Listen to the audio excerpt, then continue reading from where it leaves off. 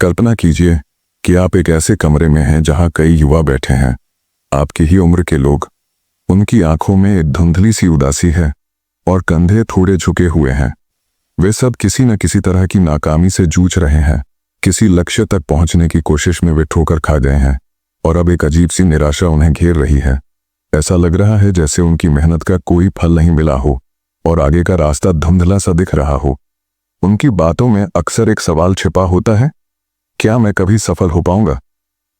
क्या कभी आपने ऐसा महसूस किया है कि आप सब कुछ ठीक करने की कोशिश कर रहे हैं, अपनी पूरी जान लगा रहे हैं, फिर भी चीजें आपके हिसाब से नहीं हो रही हैं?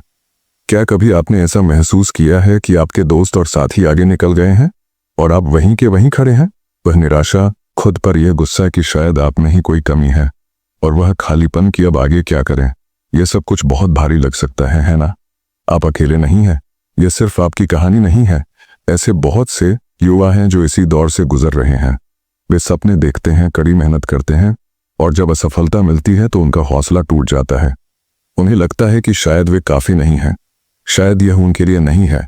लेकिन रुकिए, क्या आपने कभी सोचा है कि शायद समस्या आप में नहीं, बल्कि उस तरीके में है जिस तरह से आप चीजों को देख रहे हैं और कर रहे हैं? शायद कुछ बुनियादी बातें हैं जिन्हें समझने और बदलने की जरूरत है।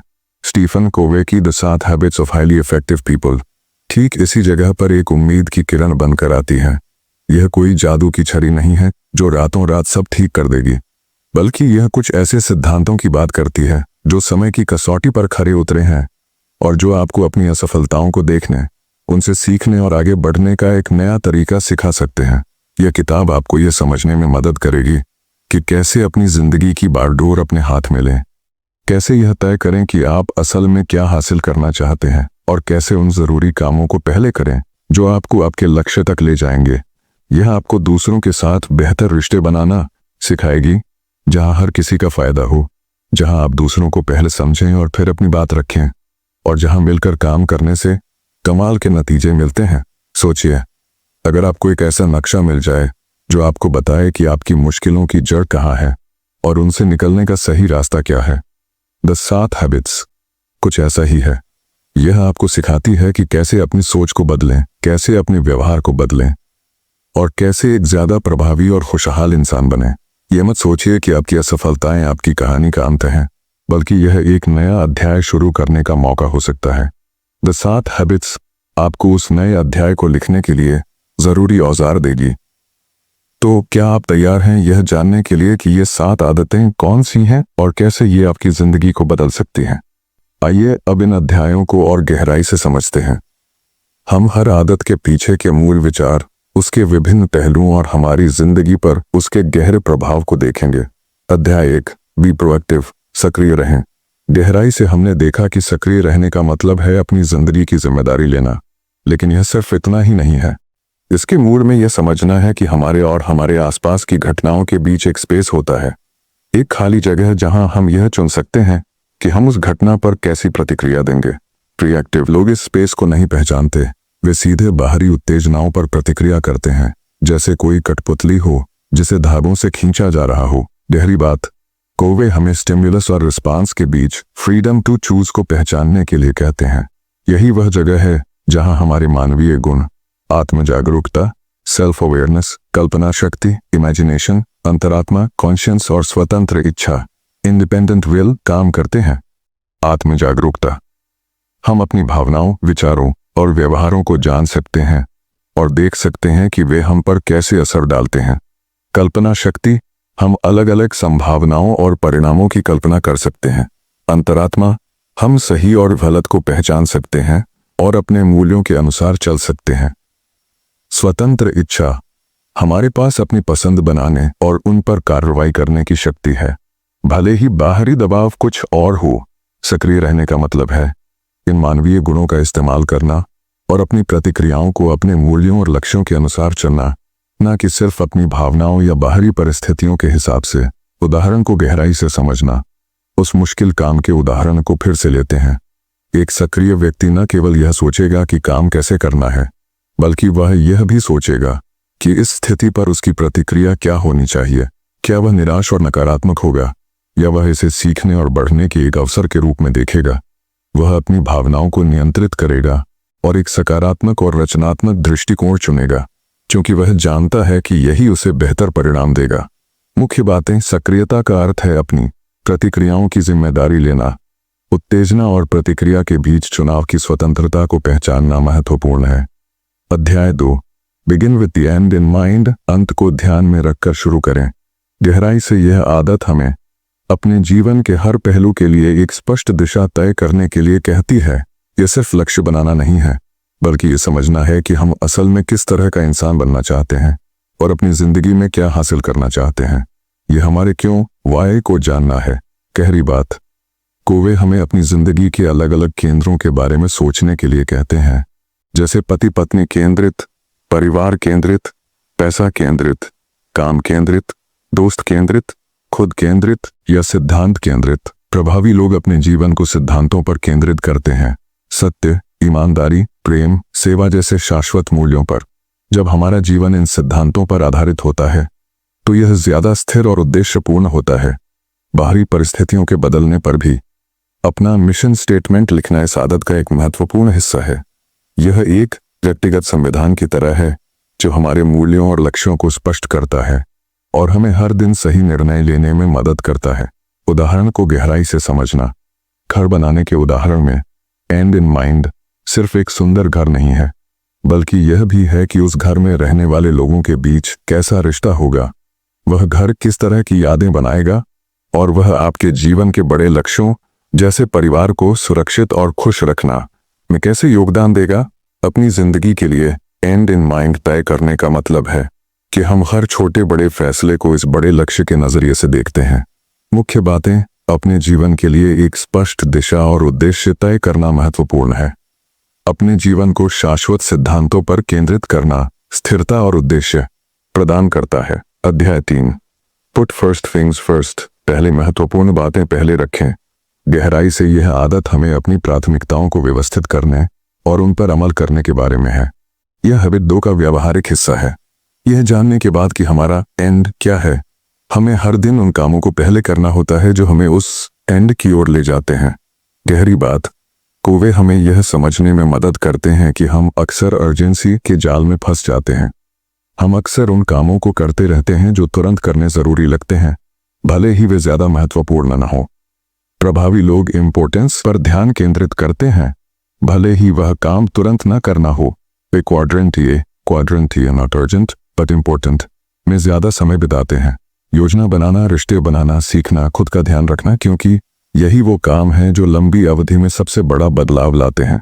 इसके लिए हमें नो कहना सीखना होगा उन कामों के लिए जो महत्वपूर्ण नहीं है, भले ही वे अर्जेंट लगें या दूसरे लोग हमसे उन्हें करने के लिए कहें। हमें अपनी प्राथमिकताओं को स्पष्ट रखना होगा और उनके अनुसार अपना समय और ऊर्जा लगानी होगी। उदाहरण को गहराई से समझना। परीक्षा की तैयारी के उदाहरण में एक प्रभावी व्यक्ति पढ़ाई इंपॉर्टेंट नॉट अर्जेंट, परीक्षा से कुछ हफ्ते पहले को फिल्म देखने नॉट इम्पोर्टेंट अर्जेंट, दोस्त अभी बुला रहे हैं से पहले रखेगा। वह एक स्टडी शेड्यूल बनाएगा क्वाड्रेंट ए और उस पर टिका रहेगा, भले ही बीच में और भी अर्जेंट चीजें आए। मुख्य बातें। अपनी प्राथमिकताओं को पहचानना और उन पर ध्यान केंद्रित करना आवश्यक है। महत्वपूर्ण लेकिन तत्काल नहीं। क्वाड्रेंट ई। कार्यों पर अधिक समय देना दीर्घकालिक सफलता की ओर ले जाता है। अध्याय 4। Think win win. Win win सोचें। गहराई से यह आदत हमें दूसरों के साथ हमारे सभी इंटरेक्शंस में एक मानसिकता विकसित करने के लिए कहती है जो आपसी लाभ की तलाश करती है। यह विश्वास पर आधारित है कि सभी के लिए जीतना संभव है। गहरी बात को वे हमें 5 परस्पर निर्भरता के प्रतिमानों के बारे में बताते हैं। Win win. दोनों पक्षों को समाधान से संतुष्टि मिलती है। Win loose. अगर मैं जीतता हूं तो तुम हारते हो। यह रवैया अक्सर प्रतिस्पर्धी और अविश्वासपूर्ण रिश्ते बनाता है। Loose win. मैं हार जाता हूं, तुम जीत जाते हो। यह रवैया कमजोर और दूसरों पर निर्भर बनाता है। Lose lose. अगर मैं हारता हूं तो तुम भी हारते हो। यह अक्सर अहंकार या बदले की भावना से आता है। विन। सिर्फ अपनी जीत पर ध्यान देना, दूसरों के बारे में परवाह न करना। प्रभावी लोग ज्यादातर विन विन का लक्ष्य रखते हैं। अगर विन विन संभव नहीं है, नो डील के लिए तैयार रहते हैं, बजाय इसके कि एक ऐसा समझौता करें जिससे एक पक्ष को नुकसान हो। विन विन के लिए हमें दूसरों के दृष्टिकोण को समझना, साहस दिखाना अपनी ज़रूरतों को व्यक्त करने के लिए और दूसरों के साथ सहानुभूति रखना ज़रूरी है। उदाहरण को गहराई से समझना। बिजनेस पार्टनरशिप के उदाहरण में विन विन समझौता यह सुनिश्चित करेगा कि आपके आइडिया को सही महत्व मिले और आपके दोस्त के निवेश पर अच्छा रिटर्न मिले। अगर आप दोनों को ऐसा कोई समझौता नहीं मिल रहा है जिससे दोनों खुश हों, तो शायद उस बिजनेस को शुरू न करना ही बेहतर होगा। नो डील, बजाय इसके कि बाद में रिश्तों में खटास आए। मुख्य बातें।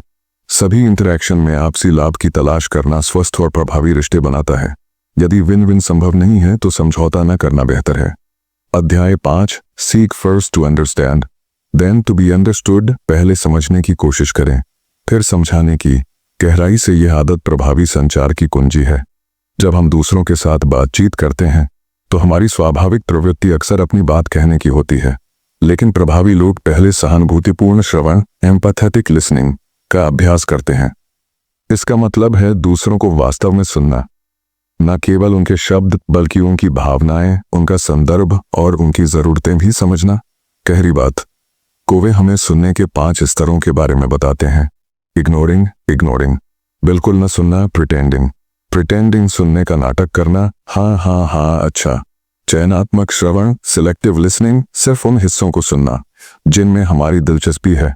ध्यानपूर्वक श्रवण अटेंटिव लिसनिंग, ध्यान से सुनना और समझना कि क्या कहा जा रहा है। सहानुभूतिपूर्ण श्रवण एम्पैथिक लिसनिंग, दूसरे व्यक्ति के दृष्टिकोण और भावनाओं को पूरी तरह से समझना। प्रभावी संचार के लिए हमें सहानुभूतिपूर्ण श्रवण एम्पैथिक लिसनिंग का लक्ष्य रखना चाहिए। इसका मतलब है दूसरे व्यक्ति के संदर्भ के ढांचे फ्रेम ऑफ रेफरेंस में प्रवेश करना, उनकी दुनिया को उनकी नज़रों से देखना। जब हम ऐसा करते हैं तो हम उन्हें बेहतर ढंग से समझ पाते हैं और फिर हमारी बात भी उन तक ज़्यादा अच्छे से पहुंचती है। उदाहरण को गहराई से समझना। अपने नाराज भाई के उदाहरण में सीक फर्स्ट टू अंडरस्टैंड का मतलब है कि आप सिर्फ यह नहीं पूछते कि क्या हुआ, बल्कि आप उसकी आवाज़ के लहजे, उसके चेहरे के भावों को भी देखते हैं। आप ये समझने की कोशिश करते हैं कि वह सिर्फ गुस्सा क्यों नहीं है, बल्कि शायद दुखी या निराश भी है।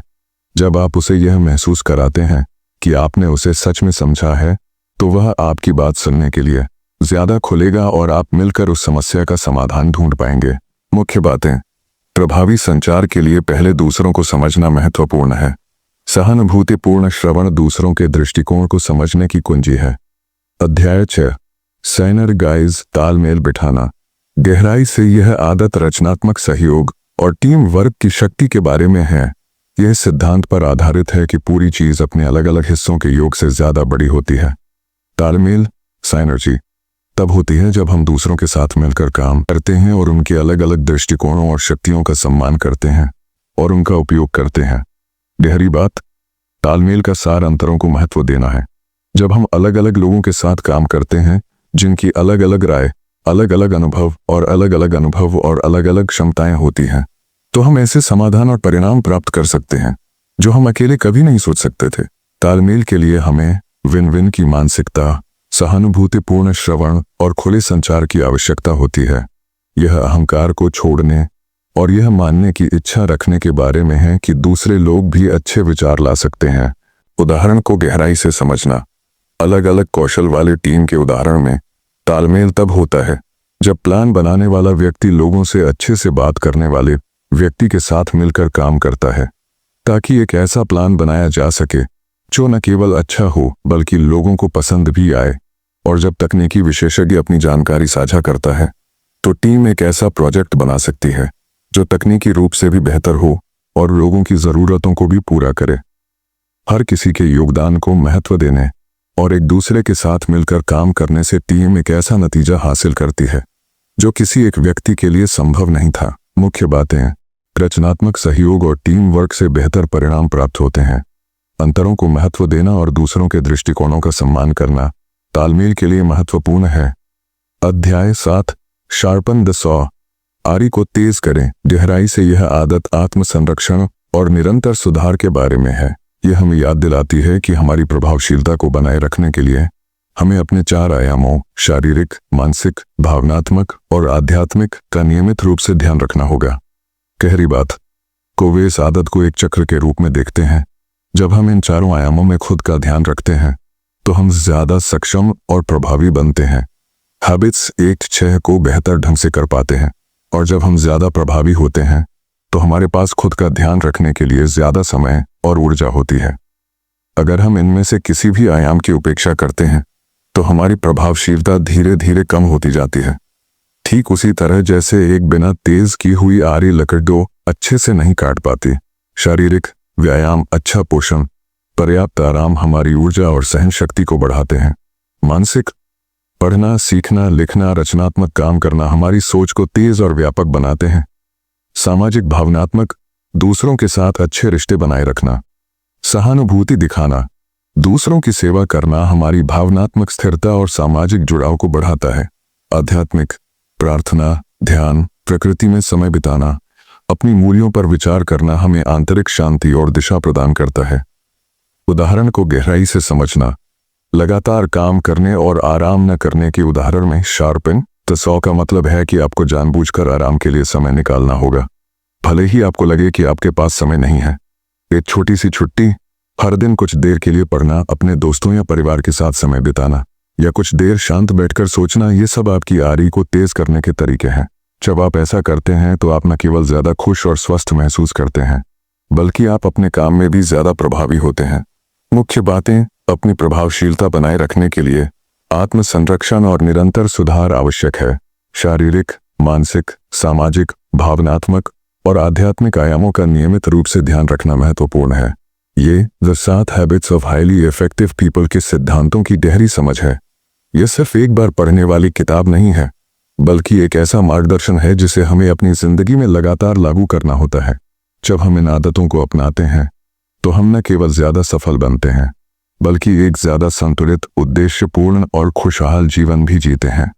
क्या आप इन अध्यायों पर और चर्चा करना चाहेंगे या किसी अन्य पहलू पर ध्यान देना चाहेंगे?